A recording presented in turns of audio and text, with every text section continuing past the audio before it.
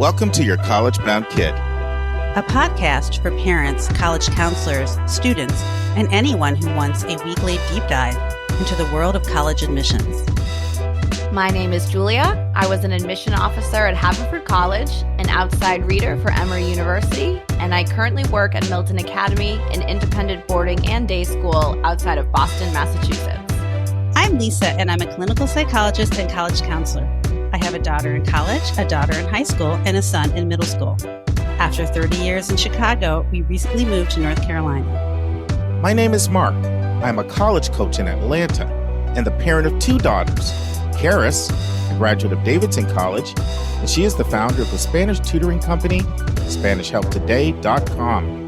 And Joy has a bachelor's degree from the University of Georgia and a master's degree from North Carolina State University.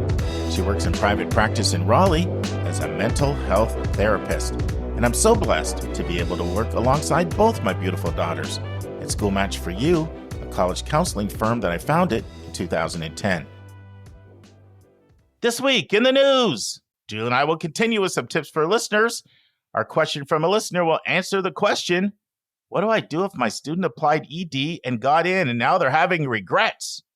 Julia will continue her interview with her good friend Lydia Dagenais as they discuss Haverford College and Swarthmore College in part 2 of 2. And Lisa and I will finish our final part of our spotlight on Marquette University. Friends, I did one of these things where Julia and I just pushed the record button, just started talking about a wide range of college admission issues. I knew I was going to be at the SACAC conference for a while, and it was going to be tough to record a full episode. So we just put the recorder on for about an hour and a half. Next week, we get into a real detailed conversation of an article that appeared in the Bowdoin Orient, on where are the boys. But for now, just part 2 of 3 is just Julia and I talking about a range of issues related to college admissions. Hope you enjoy. I want to say one more thing that I wanted to say when we were talking about demonstrated interest. If you understand the basic concept that admission officer's job is enrollment, it's matriculation, it's to bring in a class. It's not to sort of acknowledge that you met some proverbial standard of acceptability and put pin a ribbon on you or give you a trophy or say, yeah, you met. It's not about that, right? It's about matriculation enrollment. Then it's inevitable that interest is going to play a bigger role because people are applying to more schools. As people apply to more schools, then, you could argue there's less of a return on your investment. Like, let's say, for example, I visit one school and I know they typically apply to 4 to 6 schools. If I was visiting another school and they apply to 20 to 30, I'm like, whoa, like my chances of getting a kid here are diminished. And it really kind of doesn't work the way I said, because it's more on an individual basis than it is a whole school. I'm just trying to kind of create an example. So that sort of inevitably puts more pressure on interest. And because we're caught up in this vicious cycle of, oh, it's harder to get into, that means I'm applying to more apps to cover myself. Oh, applying to more apps, that drives the admit rate down even further. Oh, it drives it down further. That means the next class says, let me add a couple more apps. Like, we're caught in this vicious cycle. Mm-hmm. If you understand that job is matriculation and enrollment, it inevitably puts more pressure on that interest piece. And wouldn't you say, Julia, that some of the more selective schools that maybe didn't use interest as much in the past are turning to ways of looking at interest? I think that's my experience. I don't know if you'd agree with that. I've definitely seen it, especially for the uber selective, in more how kind of harsh they've gotten on their decisions regarding defers and wait lists. Sure. So seeing that maybe they do have high yield in restrictive early action, and therefore that means they're going to go out with less offers because more people are saying yes to that. Or maybe they're not seeing a lot of, U Chicago would be a good example that early action and ED used to be both good places to be. Now ED is really the only good place to be, and less so in early action. And if it's happening with the schools with the highest yield, think about what happens lower down the totem pole. And I have an example story of that too. A conversation I had with Yale after Princeton went, and they pulled their restrictive early action for 1 year, just the first year of the pandemic. And I know like Harvard, Princeton, Yale oftentimes look at each other a lot. Stanford. So I was talking to a pretty senior level Yale admission officer, and I said, are you going to be following Princeton? Because they've pulled off their restrictions. Just the fact that schools have restrictions, by the way, is an indication that interest matters, right? Yes. Let's just say that first. You purposely can't do that. Yes. Correct. And the response I got to my question was absolutely not. It was so definitive. And then the next line, Julia, was, we have a 90% yield on single choice early action. Went right to yield. Right. Now, in fairness to them, they also said, like, it was the first year they were also going test optional. So they said, we're also going test optional. And research shows when you go test optional, you go up about 8% of apps. I'm just quoting what the person told me. I'm not going to say their name because I don't think they would want me to without their permission.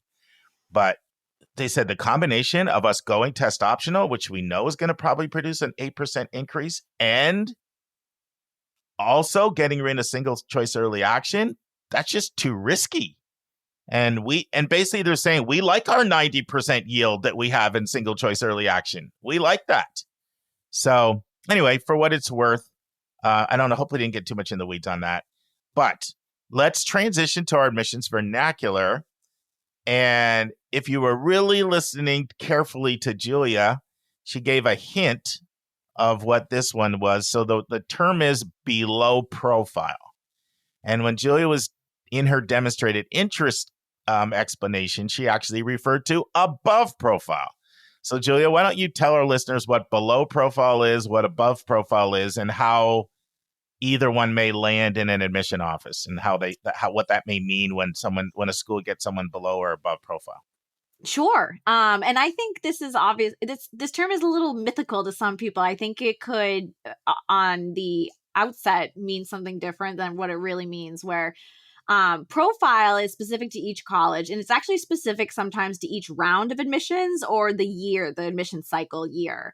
And you probably actually, students who've applied, you might get this information. And maybe if you're like me as a counselor, you like see it, but don't remember to read it or something like that. But nearly every college, there's a few exceptions, will, after they go through a particular admissions round or admissions cycle, they will look at what was the average GPA of the class, what was the average test score of those reporting scores. There might be some other metrics in there, such as 80% of admitted applicants engaged in community service, or so the profile refers to what did it look like the average, or what did the admitted students, what were those metrics?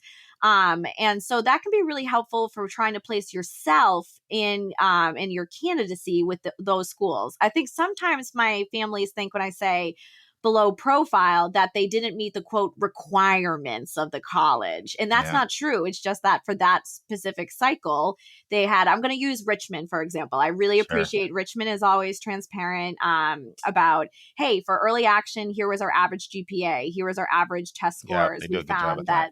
Yes. And so while it's not fun, or those numbers can be scary, when I have a really qualified student who doesn't get in, I can say, like, here's where we didn't meet what was the average of the admitted student. So as much as you're qualified, you were below profile for that school, that admission cycle, that admissions standard, which is why it's also sometimes really important to look at, if the college publishes this information, maybe sometimes the difference of the profiles between early decision applicants and admits, early action admits, regular decision admits. Obviously, your regular decision is usually the highest metrics within the profile. And I'll do a shout out to the University of Miami. They also, I really appreciate Amanda Anderson, their executive director, who basically says what is the sort of threshold score that works for someone if they're applying ED to the U or EA to the U or regular. And so that's really helpful for me as a counselor to be able to say, hey, your score is actually above profile, or it's actually at profile, or it's under. So that way I can help them decide if they want to report their score. So the profile is specific to each class, and most colleges use that exact term. Here is our class profile for the 2023-2024 admission cycle for admitted students. Sometimes they might give you the profile for all applicants, but it tends to be the admitted students because that is what the class looks like now. That is the profile of the class. Yeah, and a couple of other things. That was great, Julia. A lot of times it'll be listed by the middle 50%. In fact, most of the time they'll take the 25th to 75th percentile. That's the middle 50, and a lot of the statistics will be shown by middle 50%. And Julia mentioned GPA. A lot of times that's not necessarily what you might think of as your GPA. Yes, correct. Yes. Good point. Yes, because schools can recalculate a GPA according to their own system.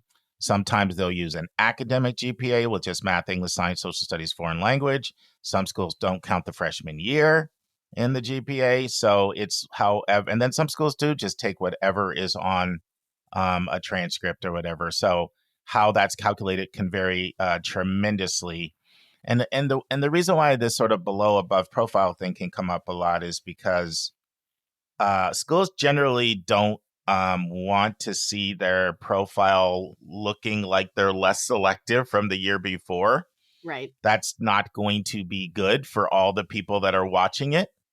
And that's everything from internal people, from boards to provosts, to faculty, to people within the stakeholder community, like alumni, and then certainly to prospective parents, prospective students, current parents, current students. So lots of people kind of are watching that.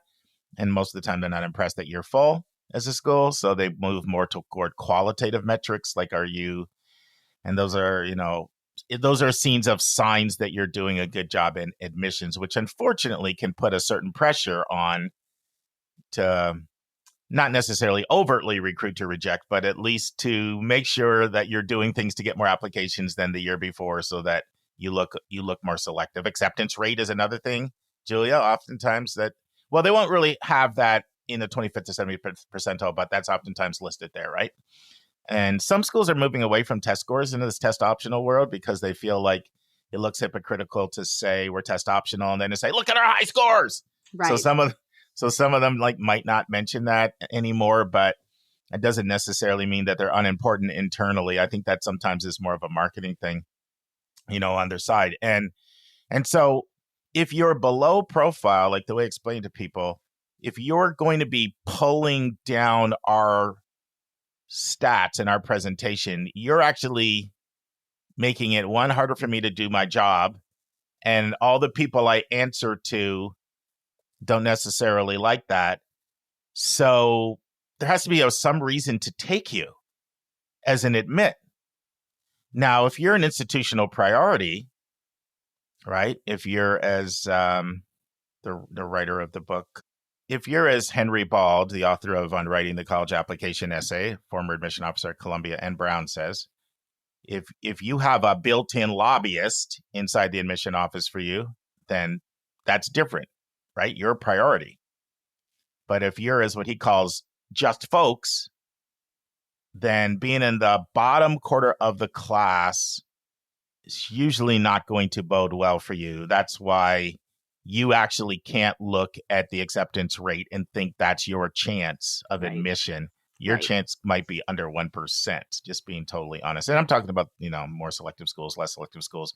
It wouldn't be that, but it would be lower than the admission odds. And so one thing to do if you're building your own list and you're not working with somebody is to take a look at the profiles which these schools publish. They're usually on their admissions page. You can just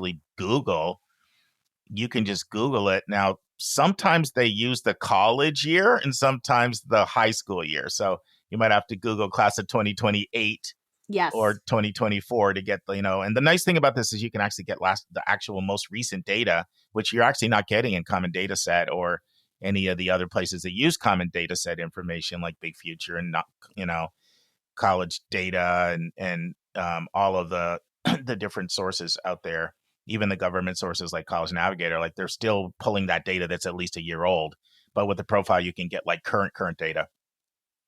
And so when you're looking at that, if you look and you see, okay, I'm falling outside of profile, like that's a sign that you either may want to take that school off your list or you shouldn't be expecting to get in if you decide to move forward and apply. You think that's too harsh, Julia? No, not at all. I completely agree. And another thing I just thought about too is sometimes the school newspapers actually will publish the profile admission stats before the college might reach out to you, or another reason to join the mailing list too, because you might get this information as part of your a lot of times it'll go on there. A lot of schools that's of interest, and there's an article in the newspaper when the new class pops out. And it's before they've put it all together and made it fancy with something and graphics and stuff. So if you really want to get to it probably first before almost anybody, be reading the newspapers of the schools of interest. Now, above profile's even trickier, Julia. Yes. Want to talk about why that's even trickier? Yeah, I think in a lot of there's a sort of acronym that I don't know how many schools use it, but TTY, tough to yield. And so especially if you're along the selectivity line, maybe getting closer to that 50% or greater in terms of selectivity. When someone's above profile, most often that college might be a backup for that student, and admission officers get that. And so sometimes I'll get really disappointed students who will be like, what? I didn't get into this far less selective school that I applied to. And I have to be like, oh, it's not you, it's them, right? But I've even, most of the time with a concerted and thoughtful effort of demonstrated interest, that usually should work out, except I'll give you a good example. I had a student last year who did really well in regular decisions. So a very strong student. And she was really mindful of the schools with less selectivity that she was applying for. So not only did she do interviews at those places, but she applied for their merit scholarships. So, and a lot of times a school that's maybe a little less selective might give those above profile students merit scholarships as a way to try to yield them that, hey, we know we might not be number in your top 5 of the fanciest names you've applied to, but it might feel really good to come here for $100K less than those places that maybe don't even offer merit aid. I did have my student though did all those things, and then I just think that her admission offices are really savvy because they were right. She wasn't going to come, but she not only did she not get some of those merit scholarships, she just got waitlisted at some of those really less selective schools, and then cleaned up at schools that admit less than 10% of their applicants, for example. So, but it was not fun in the meantime until we got all of our news back, where she started to really be like, oh my gosh, I've got my candidacy so wrong here because I did everything. But I bet you the admission officers were just smart enough to know, I am sure she will find a home somewhere else and it won't be us. So, and a lot of the time those students might also be non-financial aid candidates. So there's not really, why should the college kind of spend money on something that, they'd rather spend money on an investment, rather than a student who might not take them up on that. So that can also come to, you can be really strong and then you still need to do your due diligence, even if you're above profile. No, that was so well said. And that's why for kids who are above profile, especially if they're applying to private schools with early decision and they're applying in regular, you have to have high levels of engagement, because schools are going to know, okay, this student is going to have a lot of options, usually at schools that we don't do well yielding against, usually because of brand name and, and that kind of thing. So for those students, I always correct them when they use the term safety school, because unless the school's admitting by the numbers, I don't call it a safety school, period. Totally. Because I tell them, you have to understand, you can look and say, I look like I'm a stronger student than most kids in that applicant pool, but you're a prime candidate for them to say, prove it to me, let me waitlist you or defer you, and then prove to me you want to come. Mm-hmm. So, Julia, can we name names here? Are there some schools that we notoriously see people that are above profile should sort of not be expecting to get in if they're applying in a non-binding way? I mean, I'm definitely going to volunteer Tulane because I see it with Tulane a lot. Yes. Well, they just don't have space because they've admitted everybody in ED 1 and 2 with the total feeling of, or I don't care if we don't have anyone in regular. So in fact, I usually tell students, like, unless this is your first choice where you should have applied ED or 1 or 2, I would never spend money on an RD app to Tulane. Yeah. Yeah. But they'll also do early action, right? Like they'll do it with the early action people and use them they're getting into to that flip them Chicago into ED camp, too. though. Yeah. Yeah. Right. Is there anyone else that you consistently see that you feel, consistently is too strong, but let's say you've seen multiple times when a kid that was above profile, end up getting waitlisted? I definitely think I see it at more of the small liberal arts colleges that maybe admit, and some of these have gotten a lot more selective in the last couple cycles, but maybe they admit over about 30% of their applicants, which is still uber selective in the world of selectivity. But again, I live in a world that is high octane and not at all the norm. So Bucknell, I've seen that. Dickinson, I've seen that. But they've been right. So I really am not faulting them for it. Yeah, that's the thing we should say. Like most of the time when schools do this, we kind of know, like, let's face it, you weren't probably coming. I'll use my colleague Amy Kirkcaldy's sort of quote, if you will, which is like, if, 7 hours of meaningless work yields a $100,000 merit aid scholarship, that's a pretty good hour to earnings ratio. True. Right That's there, a good way of putting it. Thanks, Amy. So I do think if you're willing to do the dance, I see it a lot at and I don't know if I don't think it's about being tough to yield, but I see Wisconsin, it happens a lot. Like our top kids won't get in, but then our middle 50% kids will. I don't see that with Wisconsin. I see, and it doesn't mean one of us are right or wrong. We just have different experiences. What I see with Wisconsin is like major ends up playing such a big role there. But then they tell you that they don't admit by major and they don't look at it. So I would love to know what the real answer is because it doesn't add up for me. Well, when I interviewed their dean of admissions, who I've known for a really long time, on the podcast, I mean, he was very honest. Like for example, business is just going to be super tough because we only have 650 spots, and they're mandated to have to take 45% from Wisconsin. So that's 35% for the whole rest of. I'm sorry, that's 350 spots for the world other than Wisconsin for their direct admit. Yeah. So, and then I've also seen Comp Sci be really tough. Oh, of course. Out of state. Yeah. Good luck, everyone. Good luck. Yeah, I know. And so I think that, I don't know. I felt Andre Phillips, when he was on our podcast, he didn't necessarily take the perspective that major didn't play any role. So they have caps for certain ones and they have to keep certain programs a certain size. And that's why I've been so our rep has up and down because I'm like, wait, why didn't our number one kid who applied for chemistry not get in? And we've got maybe a student who also applied for chemistry who has a couple C's and then they're like, oh, we don't admit by major, but I have no understanding of what went wrong there. I don't get it at all.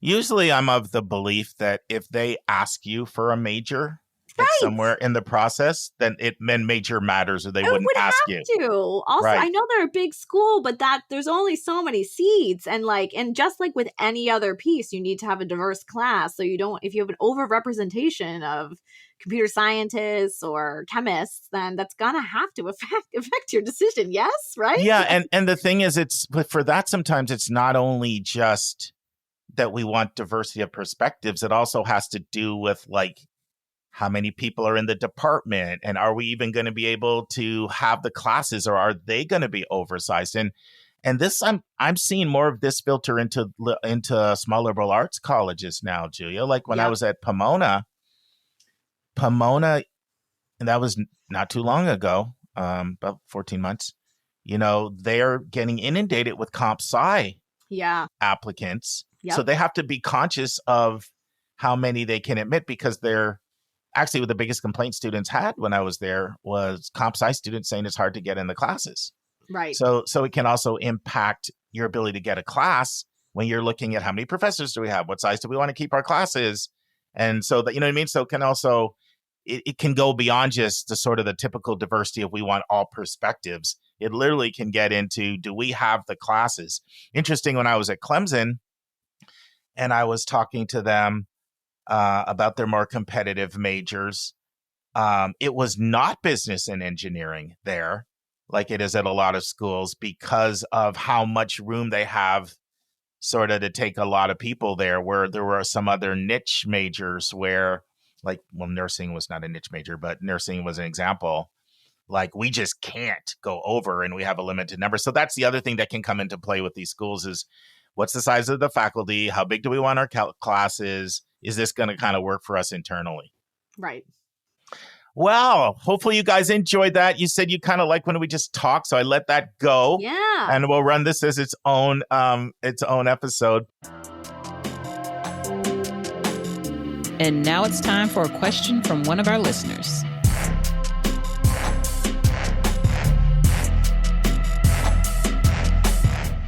Oh, yeah. I'm not even going to make any small talk with you because I want us to dive into this great question from this dad. How are you, though?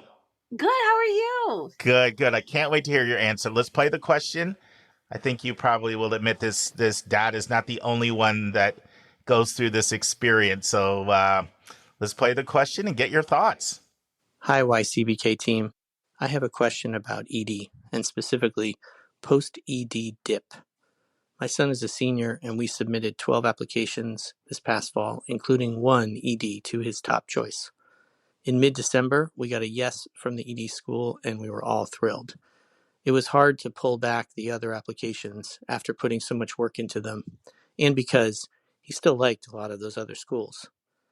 Fast forward 2 months, and his classmates have started to get their responses from EA and RD applications, including to several of the schools that he had applied to. He still likes his top choice best, but I sense that some of the enthusiasm is waning just a little bit. And I wonder, as he looks at the other kids, if he would prefer to be choosing his school among several yeses as opposed to having taken what was behind door number one. I'd like to keep his spirits up and avoid any regret with this process as we look forward to moving him into his ED school, but that's still 6 months away.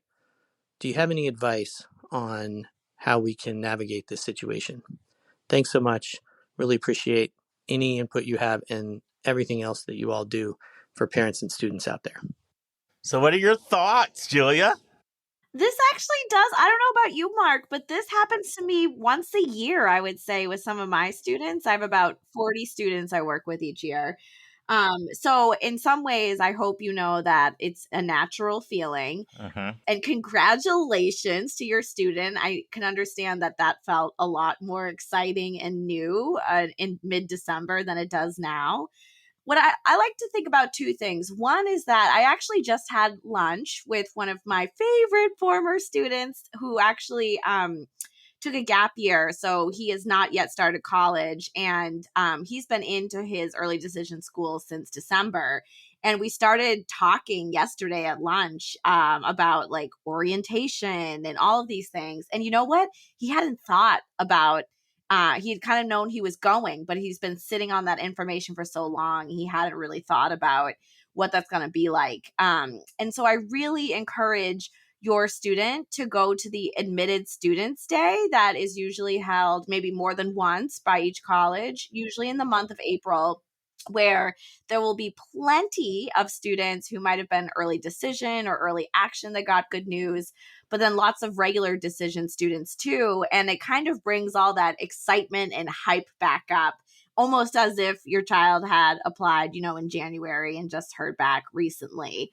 And it's also really important, I think, to, we talk about this in all aspects of college admissions, is that comparison is the thief of joy, right? So I know it's really easy to say, it's hard to live, but that this is sort of a niche sort of experience for students. It's often the first time in their lives that they're getting some really important news and they're making really big decisions.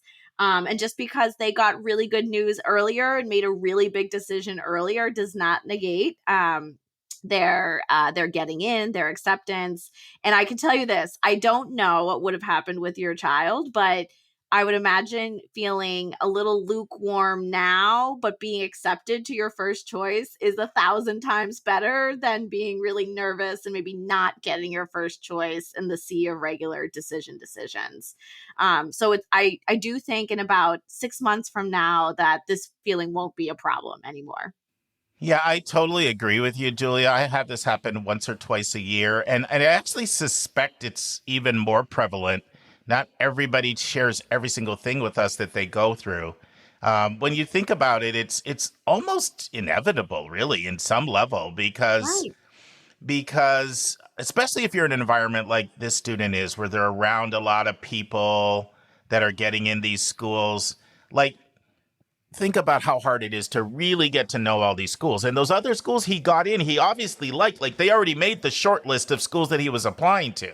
Right. And how much do you really get to visit all of them in depth and kick the tires and do the MRI in the place with substance? So how can you not, if you're human, wonder, gee, I wonder if I would have liked one of those a little bit more. Plus, there can be an aspect of everybody's kind of at the party and you're not at the party because you had your celebration and now there's all this multiple celebrations. And we know that EARD season goes on for months. So you could be hearing a string of news that's happening from January, February, March. So all of that is inevitable. So the first thing I would say is know that it's common and know that it's like completely human.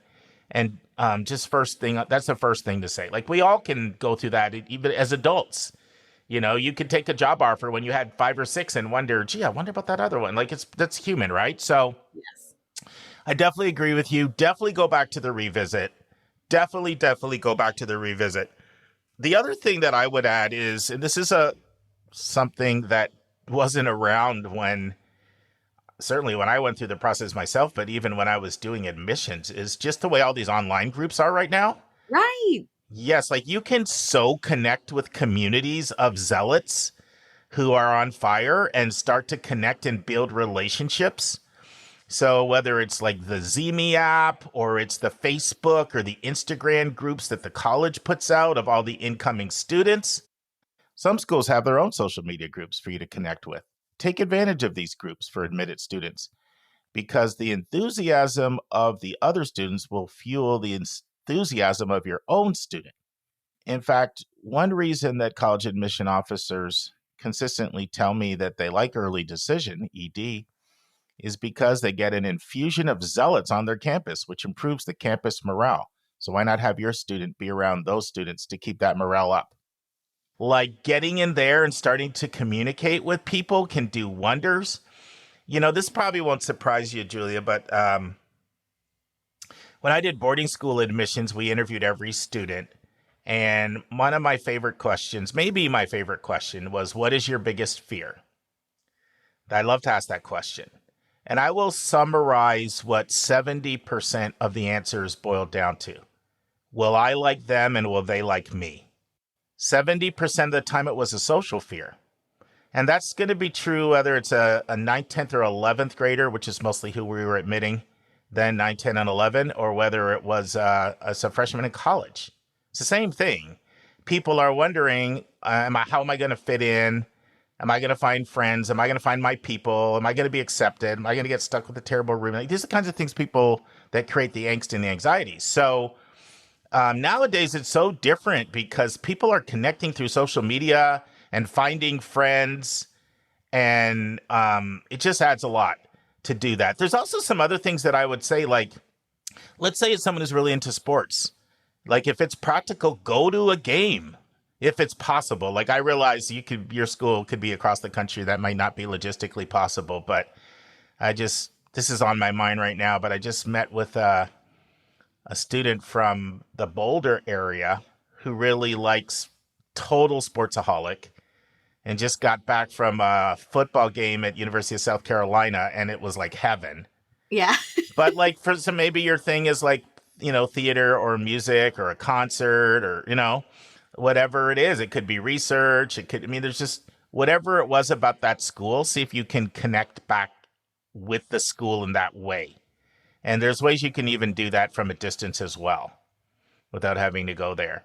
So, but I find when people get into a community and they start to feel like they're finding friends, it's so different. In fact, this is one of the biggest cures for people that are disappointed with their college choices too, is once they start getting friends, at their Yes. new place.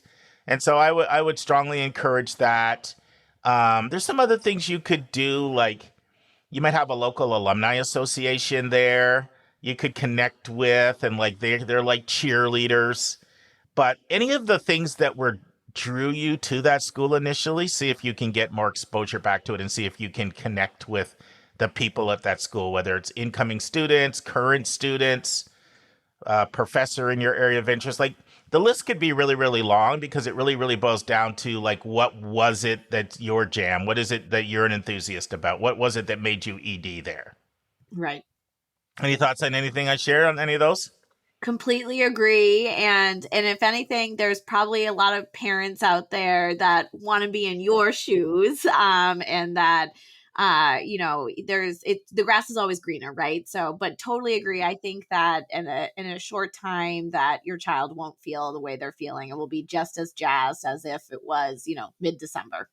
Yeah, and also, there's different things too. Like sometimes people find journaling helps them, or like different people cope with things in different ways to help them through things. Like that might be honest with your thoughts and don't feel bad about those thoughts. Just know Right. like that's totally, totally normal.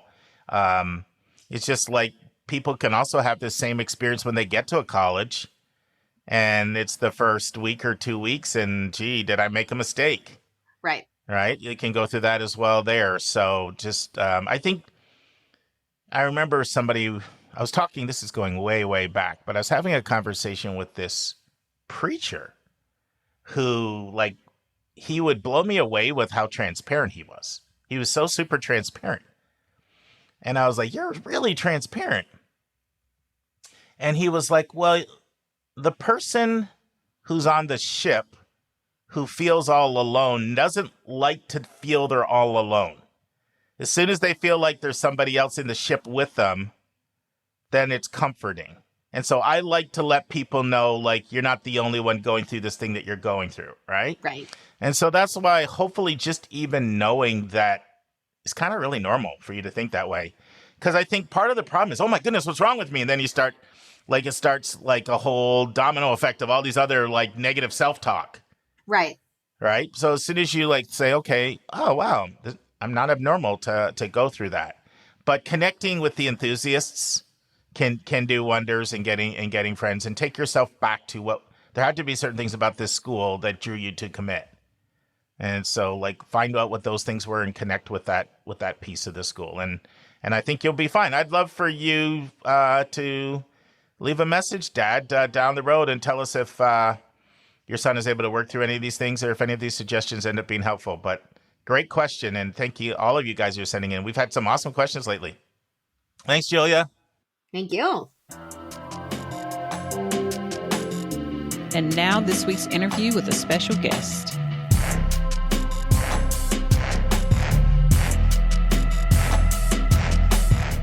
Friends, in the final part of my interview with Lydia Dagenais and Julia, we continue our conversation about Haverford College, Swarthmore College, Bryn Mawr, and the BICO and TRICO Coalition. Listen and enjoy.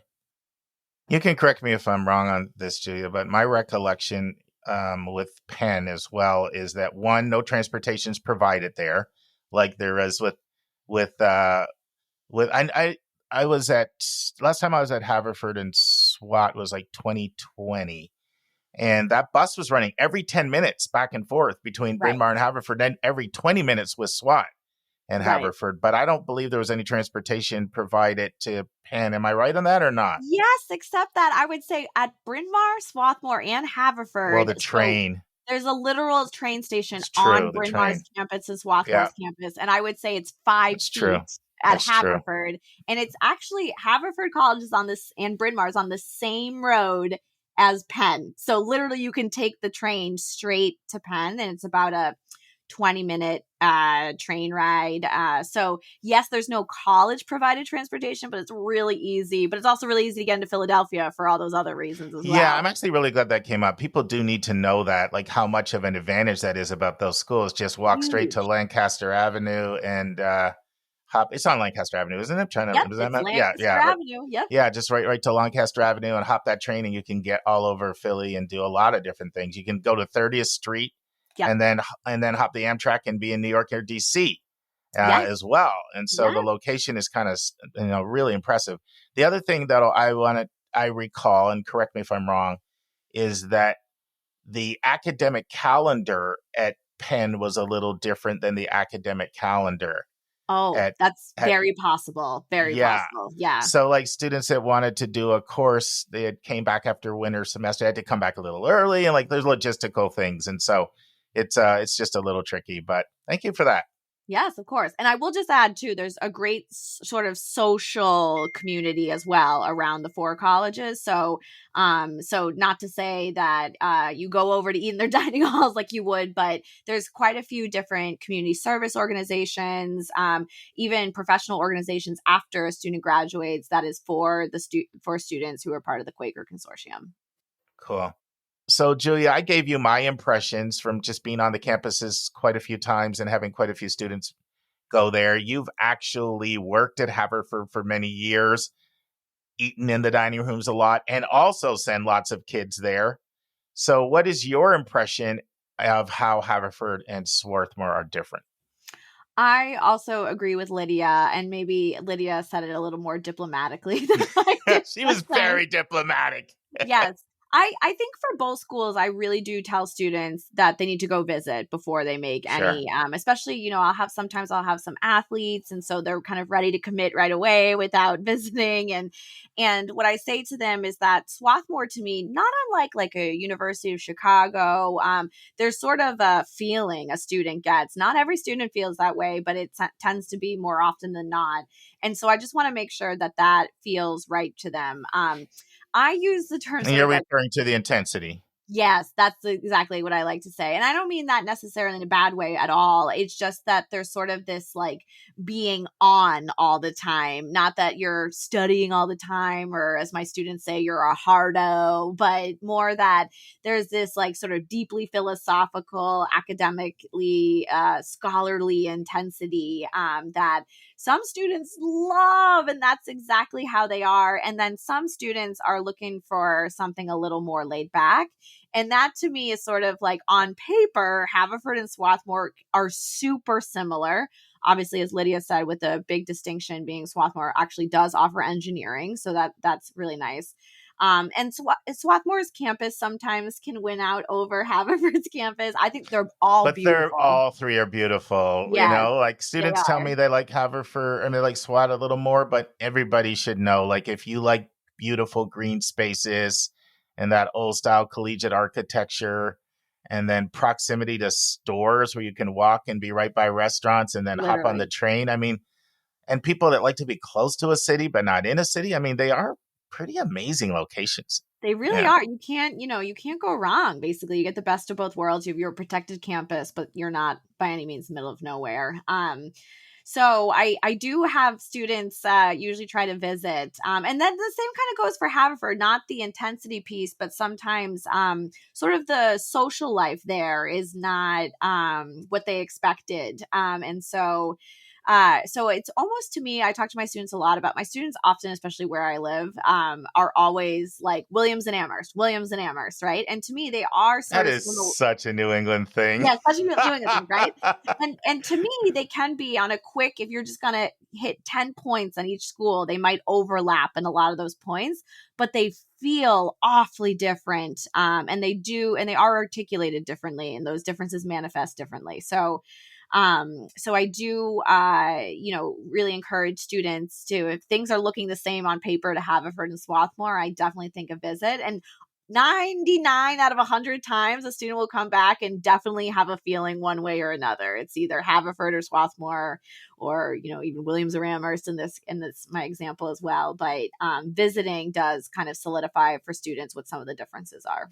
Was it hard as a Haverford admission officer to yield against Swarthmore?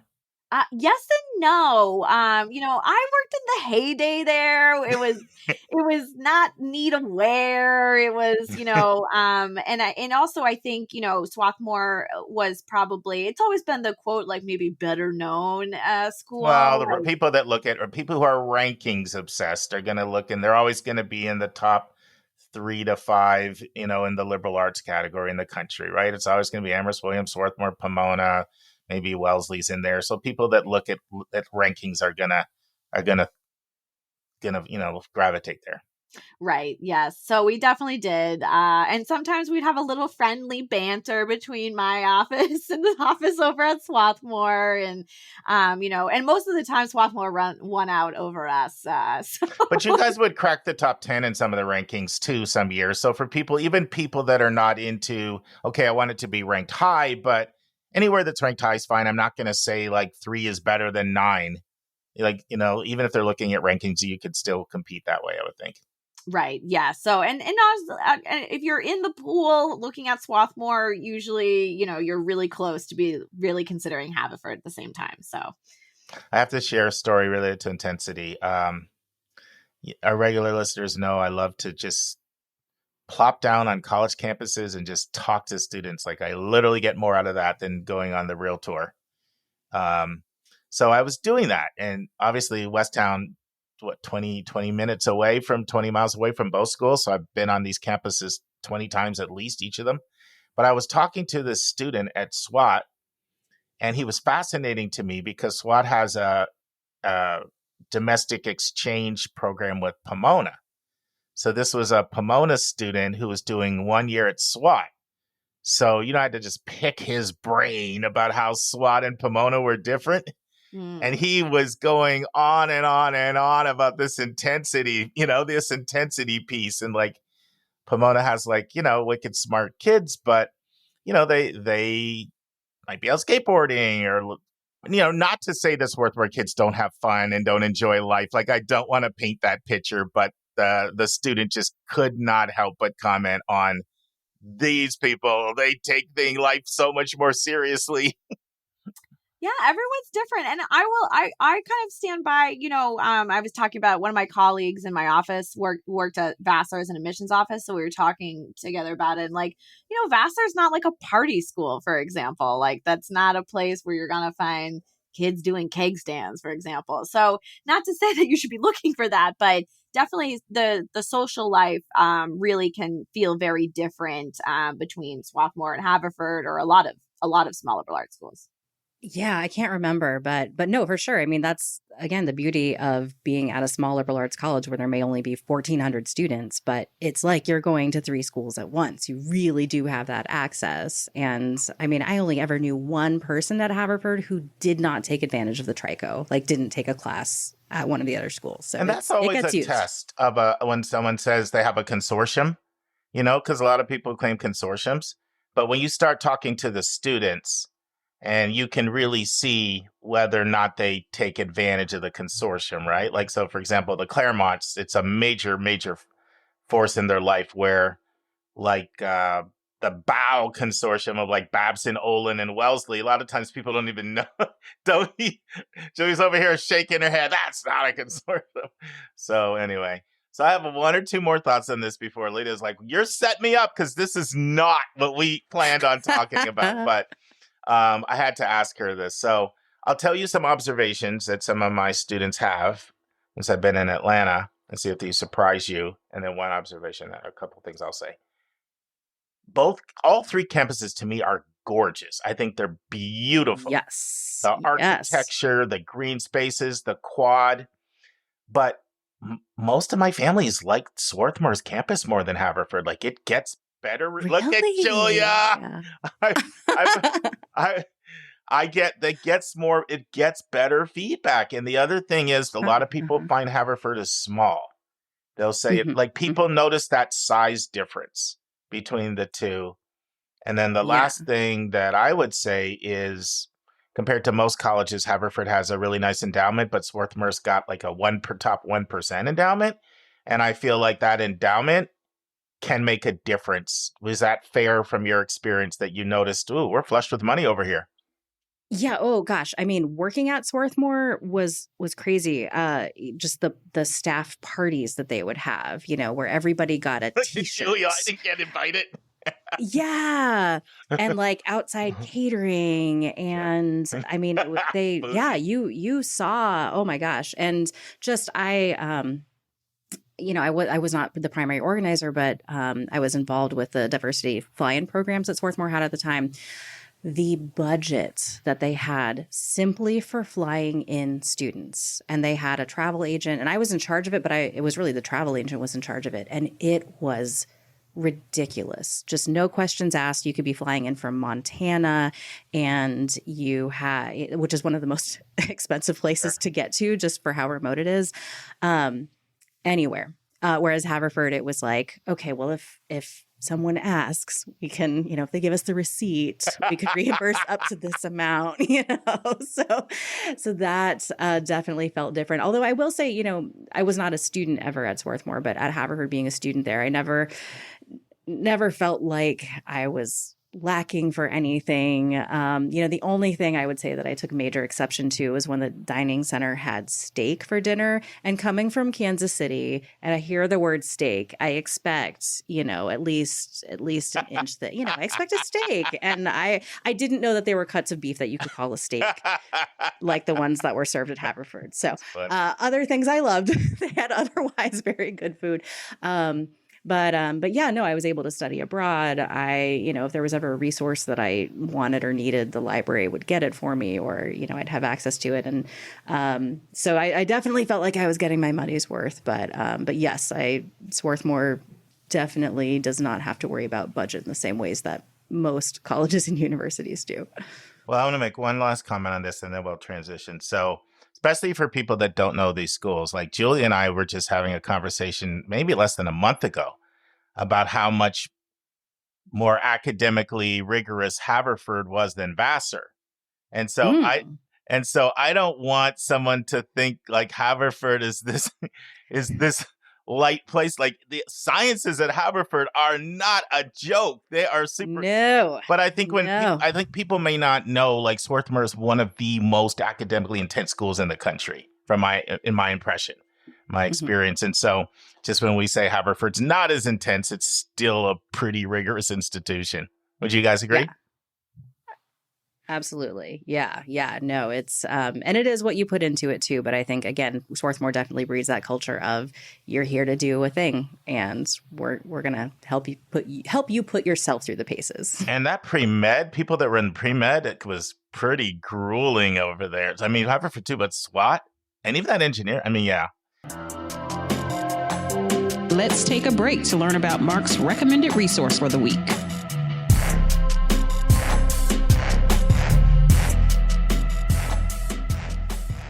Friends, I'm not sure if you remember Allison Merzel, but I did an interview with Allison on a number of things, including how Jewish students can tell if a college is going to be supportive of them, or whether there's a lot of incidents of anti-Semitism.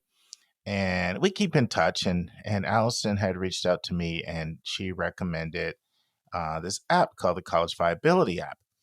And she said it was featured in the Chronicle. So I did some research. I read the Chronicle article, and I went ahead and purchased it. It's $29 for a yearly subscription, and you get some detailed reports that are available in iPads, but it's hard for people to maneuver iPads in a user-friendly form. So it includes like a lot of vital stats like grad rates and enrollment, net price, and other things. And it's designed to address the issue that frequently comes up, which is, how can I tell if the colleges my student is looking at are financially viable, especially as we face this enrollment cliff? So Gary Stalker, he's an entrepreneur. He's actually more known for his work as a medical lab scientist, and he makes part of his living in the healthcare industry. But recently he's been focusing his attention on developing this college viability app so that not only parents, but institutions and other organizations can have real user-friendly data right at your fingertips. I like it. I like you can see things like grad rates, endowments, and in chart form updated. They've been made improvements since 2022 to 2023 and now to 2024. There are also some decent short YouTube videos if you just put College Viability app in, if you want to see a visual demo of what you would get to see. But it's definitely worth my $29, and I think it's worth yours as well. It's a recommended resource for episode 415. Now return to my interview with Lydia Dagenais and Julia Esquivel. So anyway, Julia's got a couple great questions she wants to ask. Go ahead, Julia. I'm going to transition. So Lydia and I we've got a little group text going with Mary Meyer. And so we usually try to ask questions back and forth of the three of us. And one thing that I find is so different between the three of us is sort of what's on the mind. Can I stop you for a sec, Julia? So Mary Meyer is, she was actually at Haverford for a really, really long time. Susan and I, she was one of our favorites at Westtown. And she actually went all the way up to director of admission at one point before she transitioned to this side of the desk. And now I get to partner with her. She's at an independent school in Philadelphia. And so another one of Julia's great friends. So that's who Mary Meyer is. So go ahead, Julia. We love Mary Meyer. So something that I find really interesting is sort of the different trends and approach to the process between my students, Mary's students, Lydia's students. So Lydia, I'm super curious about what do you think are some of the differences doing admissions and counseling work in the East Coast versus the Midwest? Yeah, I mean, I think certainly working in undergraduate admissions, there's a very clear correlation there. And what's nice is that even though I've been out of undergrad admissions for, 10 years now, definitely my skills and my information is still pretty relevant. So I appreciate that quite a bit. So there's some very direct things. And I think now especially when I'm writing my counselor recommendation letters, I think back to, I write to myself.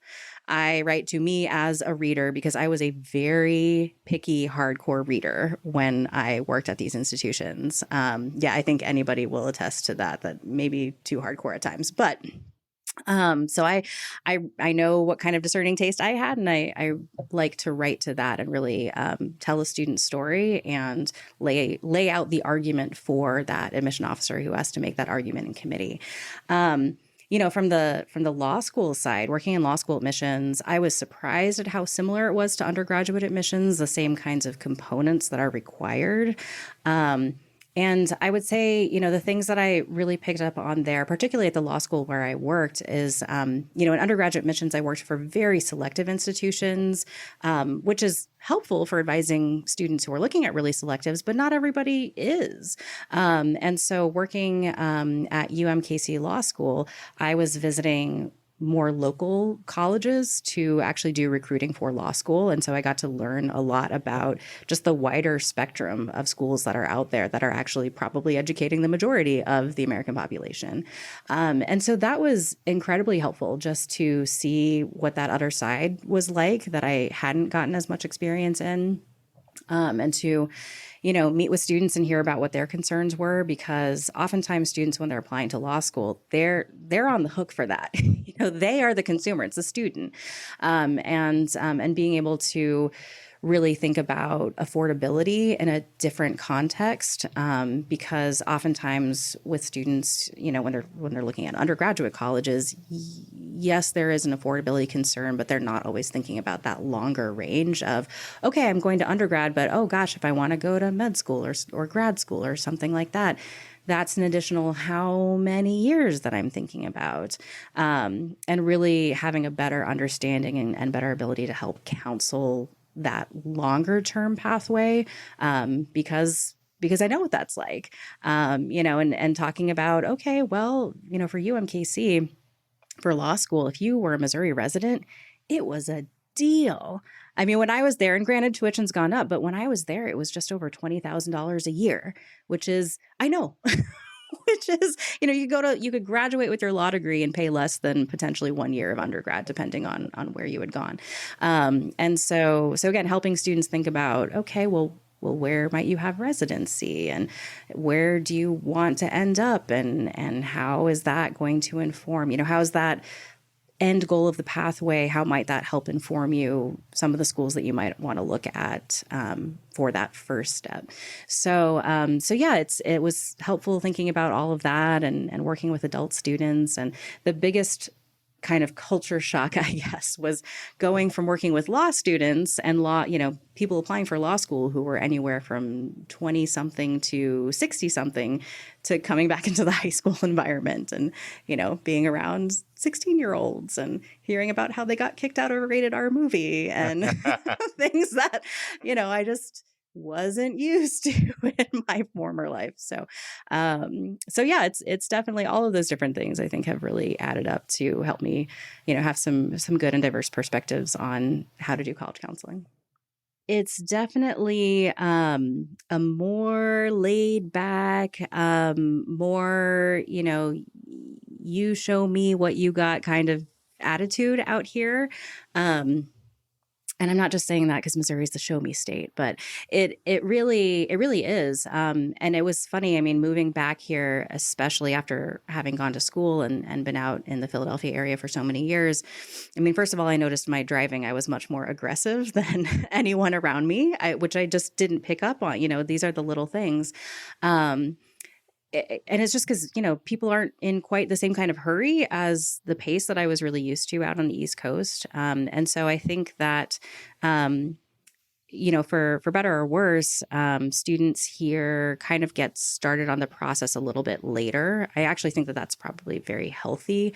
But then sometimes they feel like once they do get started, oh my gosh, I'm behind now that I'm learning about these things, which is not the case. I mean, you can start this process at any different point and be able to be really successful with it. So in some ways, I think it's again a good thing that students aren't quite as keyed up quite as early. And, the great thing about working in Kansas City too, is that for most of the families that I work with, either their parents or friends of their parents or, people that they would go to for college going advice have gone to a local college or university. And so they know that, you can go to Mizzou, you can go to the University of Kansas or K-State or Missouri State or, any one of the great local publics or privates around here and do great and be incredibly successful.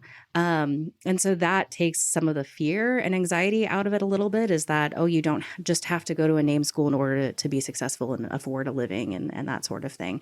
And so I think that the square one that we start at is a little bit different than what I noticed on the East Coast in terms of how to think about things. And as I like to tell students, if you can find that great probable school for admissions that is affordable, that you can be happy at, you've won. You've already won. Anything else, great, we can build on that. But that's really, if you can find that, you're going to end up happy with this. And so for a lot of students, that is these local universities that are fantastic, and that, again, that they know plenty of people who have gone to and absolutely loved it. So that's something that I think is really helpful in my area of college counseling. Would you say that transcends social class? Or do you find as you start to get more into upper class that, there's more of a quest to go to something that's more selective? Or do you think that, there's no sort of class correlation to that? It's just the Midwest is the Midwest? No, I think that there is some class correlation. I mean, to even just use myself as an example, part of what was very appealing of coming back to Kansas City is the affordability of this place. And so people are very accustomed to what things cost here, which is quite a bit less than on the coast for certain things. And so there is that, again, it can be for good and for bad that sometimes people think, well, if I'm going to pay that much for college, it darn better well be, a school that I'm going to see 1,000 sweatshirts with that name on it wherever I go. So that is a difficult aspect of kind of where we're at, I would say. But yeah, I think the expectations are probably quite a bit different at going into it. If I think about maybe, the Midwest tends to be like a few years behind the coast. Like this is, trends kind of go towards the center. And so if we think about kind of what families were like maybe 10 years ago on the East Coast, that's probably what we're hitting in the Midwest right now, I would say.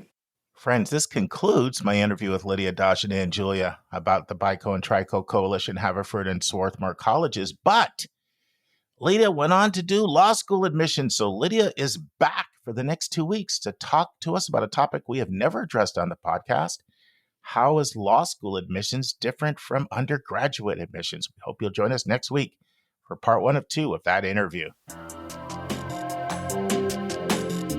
And now it's time for our college spotlight of the week.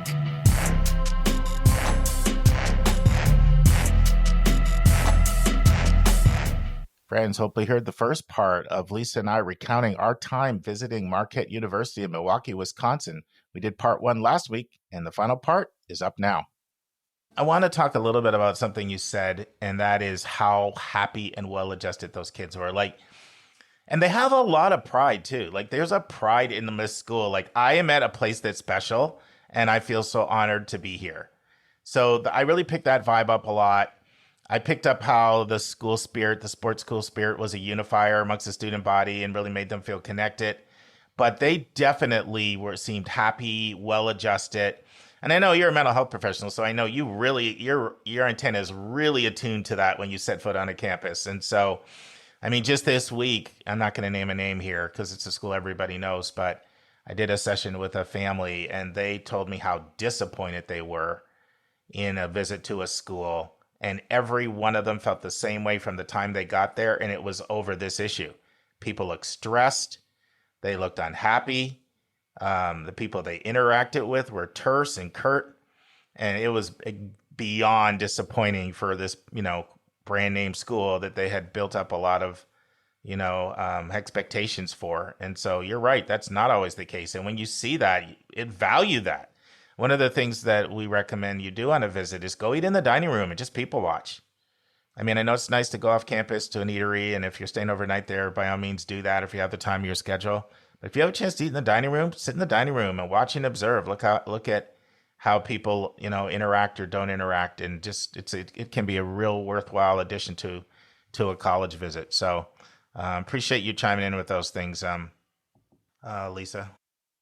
Okay, I want to follow up a little bit with what Lisa said about sort of the size of the school, acceptance rates, diversity, demographics, things like that. So enrollment is around 10,500, but that includes grad school. So the undergraduate population is a little over 8,000. So this is something to look for. You won't find that many schools that are mid-size with predominantly undergraduate. TCU is that way as well. When it's predominantly undergraduate, that's where a lot of the energy is going to be. So a lot of people are always looking for those mid-sized schools. They say, I don't want something too small. I don't want something too big. Marquette can be great for that. As far as acceptance rate, Lisa alluded earlier to the fact that it's a little gentler. Yeah, 83% acceptance rate. So about 8 in 10. Obviously, those numbers are going to vary a little bit year by year. Middle 50% on an SAT, 1,200 to 1,350. Middle 50% on an ACT, 25 to 30. Sometimes people say Marquette is like a rich kid school, but I never felt that. I didn't. And I don't think the statistic, any school is going to feel like a rich kid school generally if you're comparing it to public schools, right? If you're comparing it to UW, Milwaukee, it's going to be a much more wealthy demographic. But within private schools, this is not a school that you need to have $70,000 or $80,000 that you are willing and able to pay per year to be able to go to. For one, they're 22% Pell, which is about 10% under the national average. So you have about 1 in 5, a little more than 1 in 5 students that are, coming from, you can't put an income on Pell because it's more complicated. It looks at family size, number of kids in college, a number of other factors. But typically it's average income to below average income is what it is.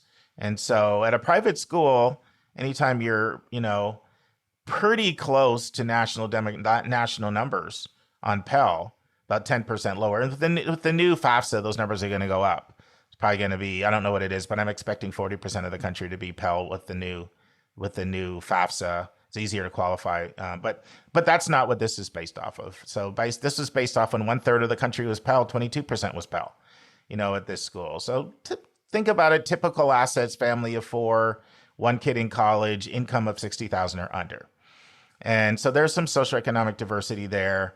4% Black, 14% Latinx, 7% Asian. Once again, that's a little bit of an overview of a little bit of the demographic and profile stuff. And I also want to say something else that Lisa mentioned earlier as well. This is a generous merit scholarship school. 99% of students get financial aid.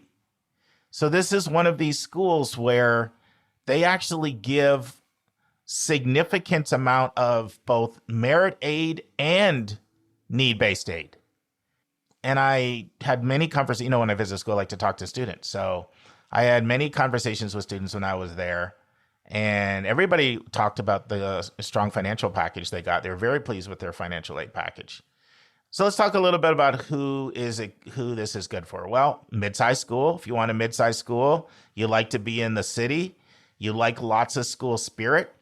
I would say you're Catholic or you're comfortable being around Catholics, or at least you have respect for Jesuit values like social justice, service, reflection. I did not find Marquette to be elitist at all. So if you're looking to be in a school that's not elitist, this could be really good. I had somebody the other day on one of our questionnaires, Lisa, put something, I wish I could remember the way they worded it, because I thought it was just worded so well, but they said, I don't want my kid to go to a place that's full of a lot of entitlement, and this to me felt more like Midwest hardworking values than a lot of entitlement and a lot of just trust fund kids. Wide range of incomes. You want to be you value socioeconomic diversity. This could be a great place. Another thing that could, I feel Marquette could be really good for, if you value work-life balance. I feel like they have very good work-life balance. Like, they're serious about their academics. There's no question about it. But yet, if you want to have fun and you want to get involved in sports or the art scene, both visual and performing arts, they've got a good art scene. Fraternity sororities, you've got opportunities there. Wide range of majors. We already talked about that. Business, engineering, pre-med, all strong, but the social sciences. If you want access to professors, you want small classes. Oh, here's another one. Marquette students love to debate. If you like to be in an environment where students love to debate, Marquette could be for you. Now, who would I say it would not be good for? I would say some people would find it's too Catholic, to almost 2/3 Catholic. That would not be their cup of tea. And for some, they might find there's not enough non-Midwest diversity. But overall, to me, this is a diamond in the rough, a great school, and I'm just got to continue to find ways of getting more people to go. But I know I'm putting you on the spot here. Happy kids, you already mentioned that. Anything else that comes to your mind when you think of who it would be good for, Lisa? Well, I just think if you're interested in, nursing or health sciences, it's a great place. I know the physician's assistant program is phenomenal. For business, or I know their communications department was really good, like PR, social media marketing, that kind of thing. Did you look at it at all? Because I know you were looking at communications. Did you visit it? I've been very happy for Lily to apply there, but she thought that I was going to come have dinner with her every night. She needed to get further away from you. And then, of course, now, I never go visit her at school. She comes here. So I just saying is all.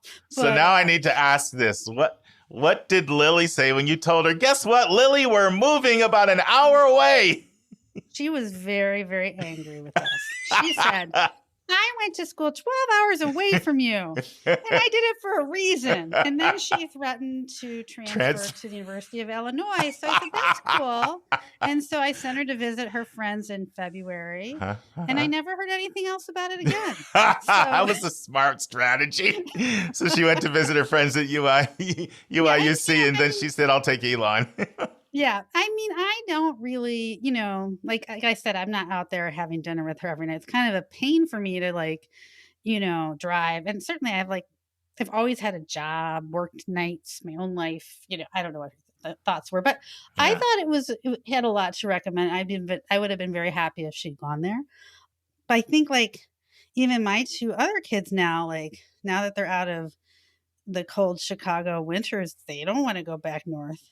It's really hard when you get There's like a spoiled with line, the good weather. They're like, no, thank you. I don't want to do that anymore. And it does kind of limit their college search quite a bit, actually, I think, because there's so many great schools that are in the Midwest. So I would just encourage people to have an open mind about places like St. Louis, where I was born, and Milwaukee, and my continual plug of Ohio. But I think that if you go there and you have an open mind, you'll see there's a lot of culture there. It's pretty. There's a lot of like natural stuff you can do around there, and to try to give it a chance, because there are a lot of great opportunities that are very affordable, in the Midwest. So Yeah, and I would include Milwaukee. I mean, I would include Minnesota in that list. I think Minnesota has a lot of great schools that get overlooked. But I agree with you. St. Louis is another one, just as a location. Dayton, Columbus, Cleveland, Ohio, Michigan. What you'll find here are bargains and value, and not always, but a lot of times you won't have to even deal with all the stress of the competitive admissions. right. And you can still, and this is the thing, I think some people think, well, they have to have the stress of all the competitive admissions in order to get a good job. That is such a bunch of malarkey. It is. It absolutely is. Yeah, like people are there's talent everywhere, and employers are looking for talent everywhere. And so many kids in this country, they end up going to their regional public school or their community college, or maybe their state flagship, just simply financially. Like, these private schools aren't even something they would even ever consider, either because they couldn't afford them or they didn't even know that they would get money. They just saw the price, sticker price, and their parents told them, well, we can't do anything unless it's going to be on 20,000 or less or something like that. And you're going to have to take out loans and work. And so they don't even look at these. And employers are very much aware of that. And they want talent. A lot of times they value people that had to hustle and work a couple jobs and make their way through. And they're looking for talent everywhere. And so, I have no problem with somebody at all. In fact, I think more people, not everyone, but I think more people would be smart to say, you know what, I'm going to look at a place, especially for undergrad, where I'm going to get a financial bargain, because nowadays a lot of people are looking at getting that advanced degree, and the 2 degrees combined, we're going to try to get that financial savings on the undergrad. And I'm just going to not put myself in the whole stress rat race of college admissions. Once again, that's not for everybody, but I'm saying there's a person out there that would be well served by just saying that's the approach I'm going to take. Well, yeah, it's kind of like you regain your childhood if you can bring your mind around to that. And you can also and there's all these studies that say that being a big fish in a small pond is better than being, a small or medium-sized fish in the biggest pond in the land. It's better for your self-esteem to go someplace and succeed. And having self-esteem really helps you to do things like go kill it in a job interview, or even put your application in, or talk to people and make connections. So I don't know. I feel like sometimes we're very short-sighted in how we view this process. I was having a conversation with a podcast listener, and podcast listeners do this. I have a way of speaking cryptically so that only they and me know who we're talking about. Nobody else will know. But they were just recounting their experience of their own 3 kids. And one of them, all 3 of them ended up getting a great education. But 2 of them went to a place that doesn't have status, doesn't have stature, but incredibly caring, nurturing, great education, great access to, to professors, instructors. And then one went to, one of the brand name who's who schools. And the mom wasn't sure that the other 2 kids didn't have the better experience. Right. She was saying that the older one that went to the brand name school paid a heavy price for that, not only in terms of her own mental health by being in that kind of environment, but just around that amount of wealth all the time. you know? Yeah. And Yeah. so it's just there's something to be said for other values other than what our society tends to value, which is selectivity and was it hard to get into? And it seems like a lot of people just genuflect on that altar. And I don't have any problem with people taking selectivity into consideration, none whatsoever. But I don't like it when it's the only factor. You know? Yeah. Yeah. I mean, I think that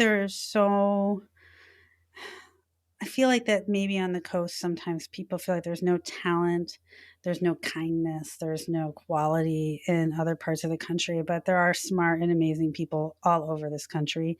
And some of them are working at places like Marquette and cannot wait to teach your kids.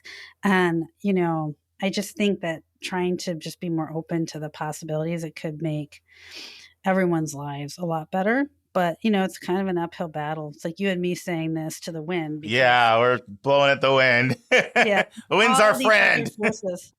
Other forces that are pushing people to not consider, all the options. So. Well, and there's another listener who they'll know who I'm referring to here when I say this. There's someone who came from completely outside of the Midwest region that saw value to this, interested in listening right now, at least the parent is, interested in forensic science, and looked at the programs and said, you know what?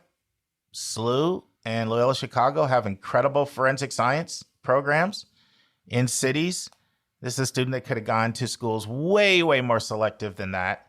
And they're having the hardest time now deciding between those two amazing schools, which have always been the top two choice. And so there is somebody who will listen. It may not be most, but there are some that will listen. And I would just say that you don't get that many mid-sized schools that offer the total package that Marquette offers. No, you don't. And at a fraction of the price at what you would pay if you were to go to like a Boston private school.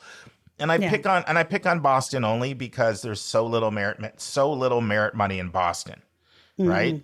Look at the schools: BC, BU, Northeastern, Wellesley, Harvard, MIT. Olin, you go down the list. You can get some at a place like Brandeis. There's just not merit money there. I mean, some cases there's some, but very little. You're talking $90,000-$95,000. Babson doesn't have very much merit money at all either. There's a little bit at some of the smaller schools like Simmons, some of the women's colleges. I'm not trying to say every single Boston school, but the ones that people are banging down the doors to go visit, there's not. And so, financially, mental health wise, and at a minimum, check out the outcomes, check out the placements. Maybe for families, maybe we need to do more of that. I mean, to challenge them to, have meetings with career centers and we'll find out what are the outcomes. Basically, I can assure you, grad schools and employers are loving to grab kids from these Midwest schools like Marquette. Yeah. Awesome. Yep. Well, thanks, Lisa. Appreciate you partnering with me on this one. And Lisa, my pleasure. Lisa and I are going to do a couple more of these. We haven't done one. It's been a while, hasn't it? It feels like it's been, maybe even a half a year. So we had a listener send something in a speed pipe, actually, asking for one to be done on School of Mines. Yeah, that seems like a really cool place. I really want to hear more about that. Yeah, I had a chance to visit that. Actually, it was just 2 weeks before I visited Marquette. I was at School of Mines. Yeah. And so we're going to do that. And then in December, I was at Lewis and Clark, and that's another school out in Portland that Lisa and I, so you'll be hearing from, we'll be tag teaming together soon. I don't know if that's good or bad, but you're stuck with us. I'm going to say it's good. I think Otherwise, everyone else just turned the podcast off and not even listening anymore. I think for this audience, because they're already tuned in, those who think it's bad, they're listening to another podcast anyway. They're on another podcast. So awesome. Thanks, Lisa. Friends, on Thursday's episode, Julia is back doing file reading for a very selective college. Yes, she's still college counselor in the Boston area, but she's also doing file reading. It's been 8 years since she's done it, and she's noticing some changes. And she's going to share with us things she's learned going back to doing file reading, having done it for, years and years at a couple of different institutions. I think you're really going to enjoy it. We also have a brand new interview that's very exciting. Linda is interviewing Marjorie Bentley. Now, Marjorie works with the STARS Network. STARS is a real clever acronym that stands for Small Town and Rural Students. So the STARS College Network, what they do is they bring together 16 of the nation's most prominent universities and colleges that are all dedicated to working together to help students from small towns in rural America enroll in college, succeed in college, and graduate from the undergraduate program of their choice. So it's our first interview we've ever had really focused on rural students. I want to thank Linda for bringing this to us. You know, we say Linda's in St. Louis, but she's right on that borderline between the metro area and the rural area. And she's got a passion for reaching out to rural communities. So I hope you enjoy it. And it'll be a two-parter that'll run on episode 416 and 418. And I'll see. We might even stretch it up to 420. I'll just see how long the episode is going to be. And friends, remember, it's decision-making time. So remember, college is not a prize to be won. It is a match to be made. Parents, your job is to help your student find a shoe that is really comfortable on their foot, not the shoe that is really comfortable on their friend's foot. See you on Monday, friends. And that's our show. A big thank you to you, our listeners, for tuning in this week. If you find this podcast helpful, please follow us and you'll get every single episode as soon as it is released. If you're interested, there are a few ways you can really support our podcast. You can click the share button and send it to your friends and acquaintances. You can help us pay our staff and our expenses by donating on our website. You can write a review for us on Apple or Spotify. I'm the producer of the podcast, but we have a fantastic team of 15. Shout out to our co-host, Dr. Lisa Ruff, Dr. David Williams, Linda Depker, Susan Tree, Vince Garcia, and Julia Esquivel. And to our substitute co-host, Sylvia Borgo. Our sensational sound engineer is Nemanja Motvich. Our amazing music is from Victor Allen Weeks. Marketing designs are from Kimberly Blass. Lily Parikh manages our Instagram. Our image editor is Talha Khan. Joyce Ducker does our website episode updates. And our webmaster is Stalianos Dimitriou. And if you want to have a coaching session with Lisa, Linda, or me, just text me at 404-664-4340. If you have a question you want us to answer, or if you have a recommended resource or article you think we should discuss, just send it to questions@yourcollegeboundkid.com. Our favorite method is for you to record your own voice at speakpipe.com/YCBK. By the way, check out our website, where you'll find lots of content that is not on any podcast app. Our website is yourcollegeboundkid.com. If you want to learn about other hot admissions topics, follow us on Twitter at YCBK Podcasts. We think of you as our listening family, and we look forward to meeting again with you every single Monday and Thursday.